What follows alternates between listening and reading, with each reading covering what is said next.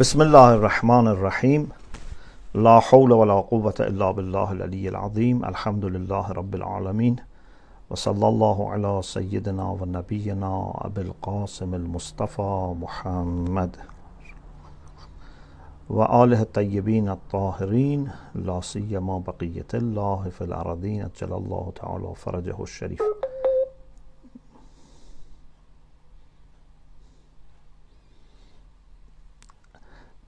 اللهم أخرجني من ظلمات الوهم وأكرمني بنور الفهم. اللهم افتح علينا أبواب رحمتك وانشر علينا خزائن علومك برحمتك يا أرحم الراحمين. After an introductory discussion about arguments for existence of wajibul wujud, now we enter into the main discussion in the book. So Hakim Sabzewari says ما ذاته بذاته لذاته. What has its essence by itself and for itself, بذاته, by its very own essence, and لذاته, because of its own or for the sake of his own or its own essence. This is existing, this is mawjood, and has highest qualities.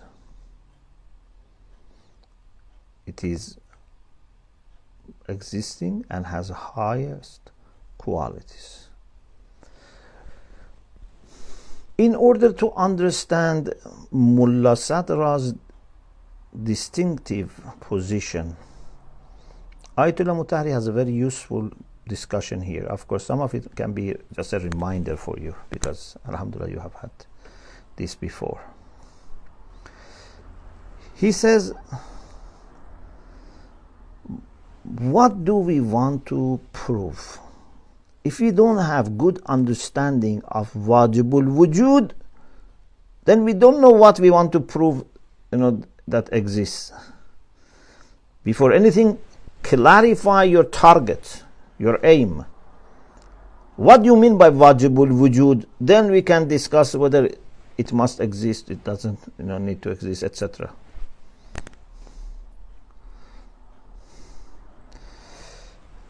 Wajibul wujud, for some people who are not very deeply philosophical, is something that creates itself, causes itself. If other things are caused by wajibul wujud, wajibul wujud gives existence to itself, creates itself. So some people have this kind of understanding. So it is ma'lul, but ma'lul of itself. We know that this is wrong. Nothing can create itself, nothing can cause itself. Wajibul wujud is not ma'lul of itself or himself, because we use it for Allah subhanahu wa ta'ala. Wajibul wujud is not ma'lul at all. The question is not that whether it is ma'lul of something else or ma'lul of itself. Then you say, no, it's ma'lul of itself. No, this is not the question. Wajibul wujud is not ma'lul at all. So this is one false assumption. Another false assumption is that wajibul wujud is a phenomenon, is a kind of effect that doesn't have any cause. I have said several times in the past that Bertrand Russell, they say that he was believing in God, and then he said, once when I was riding, I think bicycle or something, this question came to my mind. If everything is created by God, who created God? So he thought that the principle of causality is that everything is an effect and needs a cause. Everything, every being. Similar to that discussion, some people also thought, yes, wajib al-wujud is a phenomenon, is an effect, but it's an exception. Everything, every phenomenon, every being needs cause. Wajib al-wujud is similar to them in being phenomenon or an effect, but the exception is that it doesn't need cause. So what these people are doing is that they are allowing exceptions to a principle which is intellectual. Intellectual principles have no exceptions. It's not contract, it's not agreement, it's not a law passed by government or parliament that they may have exceptions. Principle of causality has no exception. If you formulate it correctly, it has no exception. If you say every contingent being, for example, or every finite being, every dependent being has a cause, this has no exception. But if you are saying it without careful formulation and say every being needs a cause, okay, then wajib al-wujud is an exception. But this is because you were not careful in articulating principle of causality. So, one way that some people think of wajib al-wujud is that it has created itself. It has caused itself. This is wrong. Another way is that it's an exception to the principle of causality. Everything needs a cause, but this is an exception. We have to accept there is an exception. But neither of these two is acceptable. Ayatummah Mutahhari says, when we reflect carefully on writings and sayings of some of the materialistic scientists and thinkers, we find that they suffer from one of these two problems. Either they think God created himself, or they think that wajib al-wujud is an exception, and therefore they don't accept it. But according to those who believe in God, the monotheistic philosophers, wajib al-wujud is a special type of essence. We don't call it mahiyya unless you use mahiyya in a broader sense. If you mean mahiyya in the sense of ma bihi shay huwa huwa, what gives identity to something, then it is used for both mumkinat and wajib. But if you mean mahiyya as borders and limits of existence, then wajib al-wujud has no mahiyya. So we use essence. So for ilahiyun, for monotheists, wajib al-wujud is an essence that is not dependent for its existence on anything else.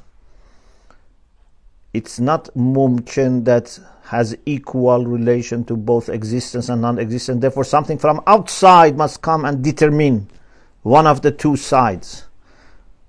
For mumkin, wujud needs an external factor. Adam also needs external factor. The only difference is that non-existence of the factor for existence is enough for not existence. Adam wujud al-illah illatun lil-adam. But in both cases we need something outside, something external. Wajib al-wujud does not have any dependence for wujud or adam on outside.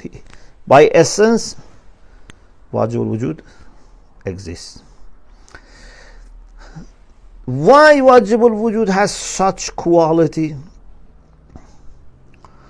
متكلمون normally they thought that because the need comes from حدوث and wajib al-wujud is not hadith, is qadim, therefore has no need. Their focus was on حدوث, to be created, in the sense that it has a history of non-existence, to be preceded by Adam. So they say wajib al-wujud is not hadith. Every hadith ma'lul, kullu hadithin ma'lul, kullu hadithin muhtajun ila al-illa. Wajib al-wujud is not hadith. But as you know, we had difficulty with this, because we said even some things, issues that are qadim and eternal, they are still mumkin. We can have creatures which have always been existing. They are eternal. There is no problem. We can have qadim zamani, which is mumkin. This is why we talked then about hudus zati in contrast to hudus zamani, and qidam zati in contrast to qidam zamani. In any case, what mutakallimin choose as the basis is hudus, and for philosophers this is not complete. What philosophers, but mainly philosophers before Mulla Sadra, prefer is the issue of wujubul wujud. They say wajibul wujud is wajibul wujud bizatih. Other beings are wajibul wujud, but bighayre, because of their illah they become wajib bil ghayr. Wajibul wujud is wajib bizatih. So anything which is wajib bizatih doesn't need cause, is independent. But anything which is wajib bil ghayr or mumkin bizat is needy, is dependent. So they very much focus on wujub and imkan, and it's very good, much better than the idea of huduth being the only reason.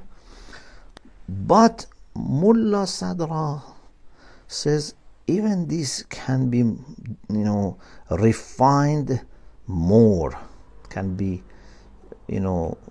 polished, or you can say even substantially changed, to be improved. He says the only difference between wajib and mumkin is not that wajib has no duality of wujud and mahiyya, because kullu mumkinin zawjun tarkibiyun min wujudin wa mahiyya. Every contingent being is a kind of pair, like a coin which has two sides, wujud and mahiyya. Wajib has no such two sides, no such distinction. Mahiyatuhu and niyatuhu, and mahiyya over there means the same as wujud. It's not mahiyya different from wujud. So wajib al-wujud is basit. Mulla Sadra says we can go further, and we can say wajib al-wujud is something that is not only wajib al-wujud bizat, also wajib al-wujud li-zatih. For Ibn Sina to say wajib al-wujud bizatih was enough. Wajib al-wujud bizatih was enough. If you remember, in classifications of wujud, here in Bidayah we said everything is either bizatih or bighayr. Wajib al-bizat is Allah. Wajib al-bighayr is mumkinat. Then these mumkinat, mumkin bizat, wajib al-bighayr, either are fi nafsih or fi ghayrih. And if they are fi nafsih, either they are le nafsih or le ghayrih. In this way we covered everything. Jawhar, araz, wujud, rabit, wajib al-wujud, we covered everything. According to Mulla Sadra, he says wajib al-wujud bizatih is not enough. We have to say is wajib al-wujud bizatih wal lizatih. Is bizatih and lizatih. What does he mean? He means that wajibul wujud neither has haysiyat taqyidiyya nor haysiyat ta'liliyya.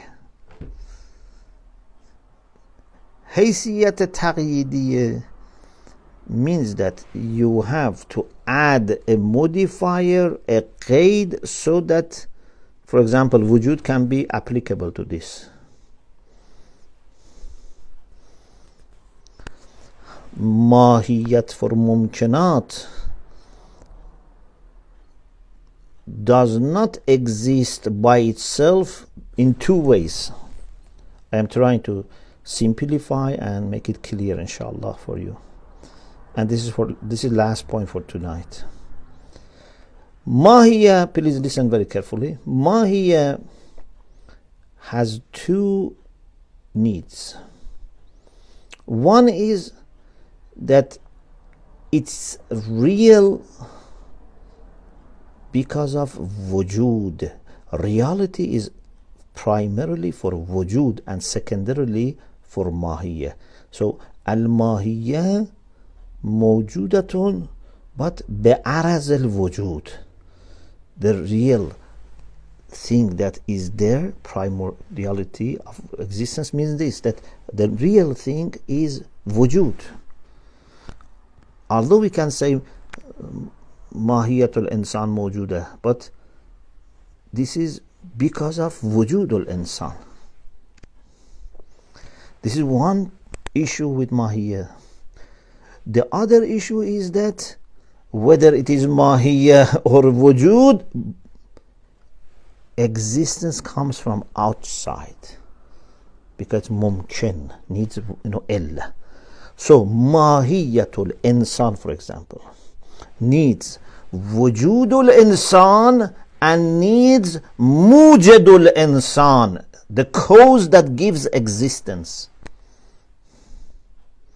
Do you understand? There are two issues. But if we talk about wujudul insan, then we need only illa.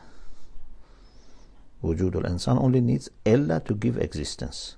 But mahiyatul insan is one level farther away, because it's real, it exists because of wujud, and wujud comes from illa. So wajibul wujud for Mulla Sadra is bidhatihi and lidhatihi, means reality is for it, not because of anything else and not through anything else. It's not بواسطة ثبوت أو بواسطة إثبات. Neither comes in reality from outside, nor it is proved and known through something else. Neither for knowledge about existence and nor about the happening of existence it needs anything else. This is wajibul wujud for Mulla Sadra. So inshallah we continue this discussion in the next session, and you will also see how Hakim Sabzewari introduces the argument for existence of wajibul wujud. Our time is over. Inshallah we continue this next week. وآخر دعوانا أن الحمد لله رب العالمين.